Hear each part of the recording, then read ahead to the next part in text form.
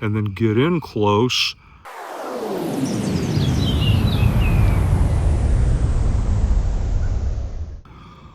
Well, good evening and welcome to the Arbor Hills Nature Preserve in Plano, Texas.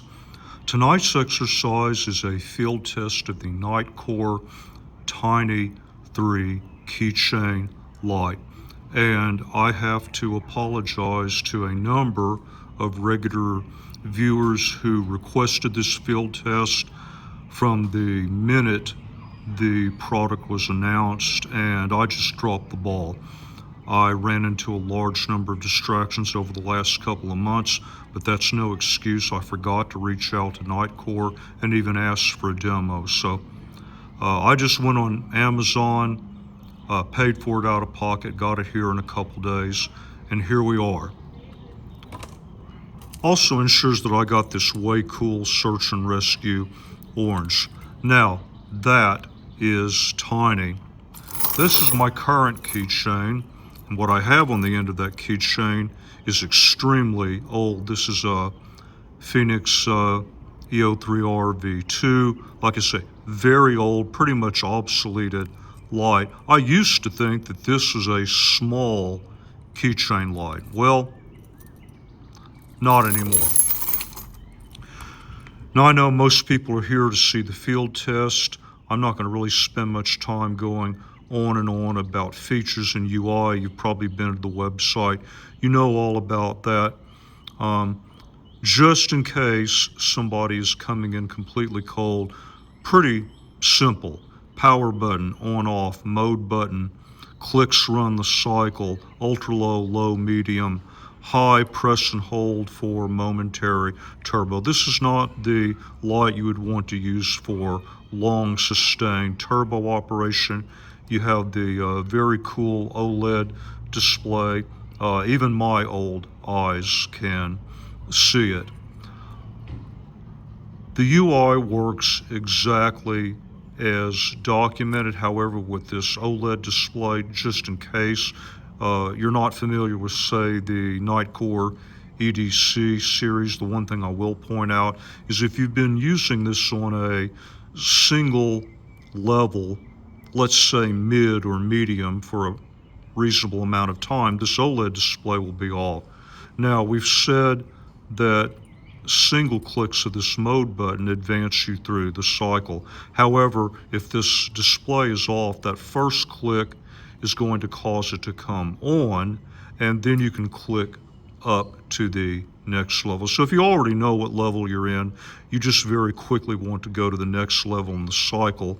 Just think of that as the very first time, quick double click, and then you can single click from there as long as this OLED display is on.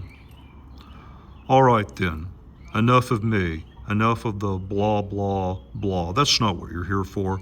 Let's get out in the field and see what this light can really do, particularly with 3 user-selectable color temperatures. And on a personal basis, I'm most interested in the warm output because of my ongoing activities in up-close night videography. So let's go see how that plays out. Let's look at the warm output levels. Ultra low, low, mid or medium,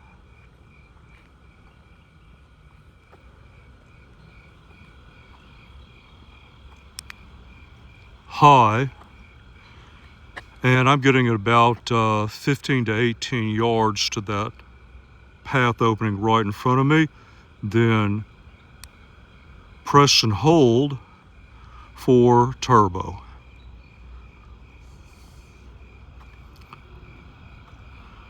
I am totally digging this warm output.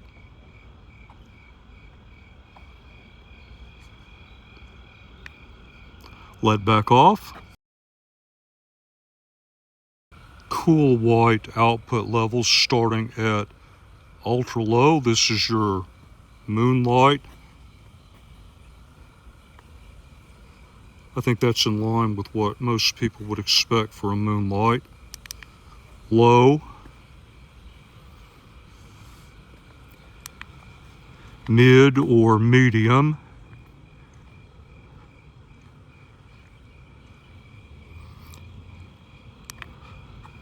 high, good 15 to 18 yards to the path entering the trees there, and then press and hold for turbo.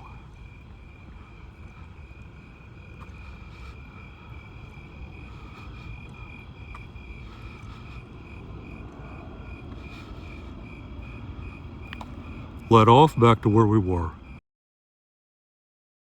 Close quarters search, cool white, low output level. Not bad for right in front of me, but I only have to get up about 7 or 8 yards, and I really like the nice, smooth, even dispersion of the light, but I do think I might like just a little more. So I'm going to go up to mid or medium, and I'm going to say that that is just about perfect for this task.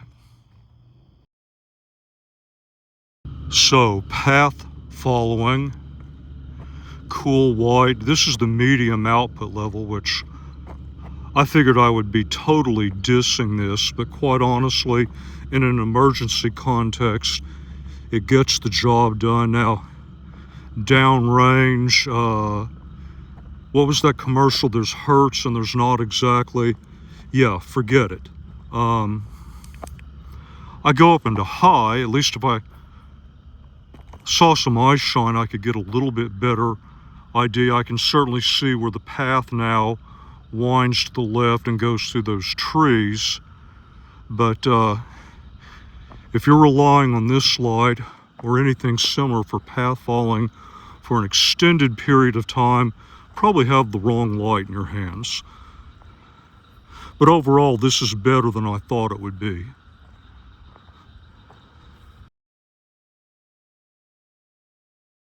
Well, here you can see one of the problems with using my headlamp as a key light. As I move my head and the phone around, it'd be really frustrating to get up close and keep that shadow out of the frame. Now this is medium warm output, and I can move the lighting source and the phone in sync, keep the light just out in front of the phone, and then I can move everything around, and no matter what distance I'm working my head from the phone, I'm not going to have to worry about that shadow, which allows me to look for things up close, like right here, and then get in close. I'm always going to have a high CRI light, and I don't have to worry about that shadow situation. So I would say right now, NITECORE pretty much sold me a light. Well, actually, they already did. I bought it out of my own pocket, but we haven't even got it started tonight. I'm already deciding to keep it for sure. So here's an example of a type of shot I've done in the past. This is totally artificial, but you can imagine some wildlife on top of a rock or on top of a rise or something like that. This is the lowest flood output from my headlamp, which is just fine if I stay very close to the camera, but it would cast a shadow in the background. So what I'm doing is I'm using the Tini3 as a backlight. I'm in the high warm output. I think that may be just a little bit too much, but if anything, I just wanted to overemphasize it so you can see what I'm doing. Then if I move up here,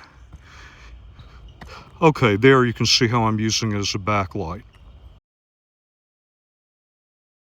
So I want to get a little bit better idea on the range of this cool output currently in high, 25 yards to the end of the bridge. I'm at the top of the observation tower. You can see I'm standing pretty much at one end of the bridge. Now a good 35 to the tree line, the opposite side. Can't really get much detail. I can see that it's out there. I could pick up eye shine, something reflective. So go up into turbo though. Yeah, that totally does it. So I could definitely see motion, eye shine, whatever, and then go out easily 35 to 45 to better my chances at making an identification. Once again, through the output levels, different location, neutral, always starting with ultra low, low, mid, or medium, high,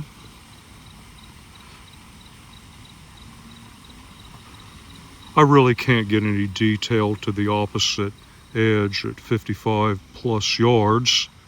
So let's walk over this direction. Really nice beam, even this close. I'm not getting any bothersome reflections. So if I were trying to film something deep inside there, this would work out pretty well.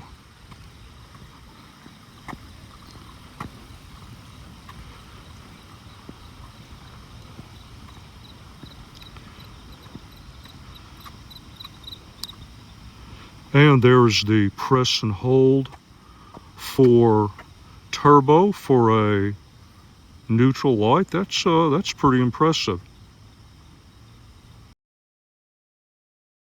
So this is low neutral in the parking lot coming up to my truck. Not bad.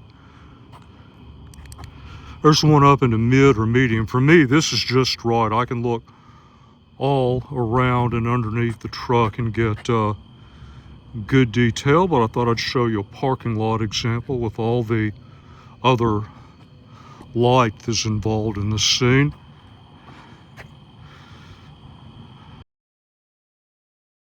So just a couple quick observations before I do a short summary. I had some concerns about the OLED display on such a small light, but even with my old ancient eyes, I was able to read it okay. The other thing that honestly I was wrong about in terms of original impression, I thought it would be difficult to operate these switches simply by feel, and that turned out not to be the case. Didn't have any issue with that all night. However, I will point out that when I did some preliminary testing with light gloves in the apartment before I left, yeah, it wasn't quite as easy. So that's all I've got for you in terms of basic operation. We are back where we started. Cool white, high output level. Well, there you have it. I've always believed that a good light should be able to sell itself. Now, I dropped the ball so bad on this review, I didn't even do a preliminary evaluation, which is pretty much SOP for me. Instead, I brought it out here tonight. This is essentially my prelim. So you and I learned about the light together. I can only speak for myself. I would probably have it on my keychain right now, except for the fact that I'd like to continue using it to augment some of the work I do with up-close night videography. So I'm probably going to go ahead and just clip it onto the strap of whatever ruck I'm wearing when I'm out doing reviews, or I'm out doing specifically videography. If there are other tests or comparisons you'd like to see, leave a comment. I'll see what I can do. And as always, until the next review, thank you very much for your time, and thank you for watching the video.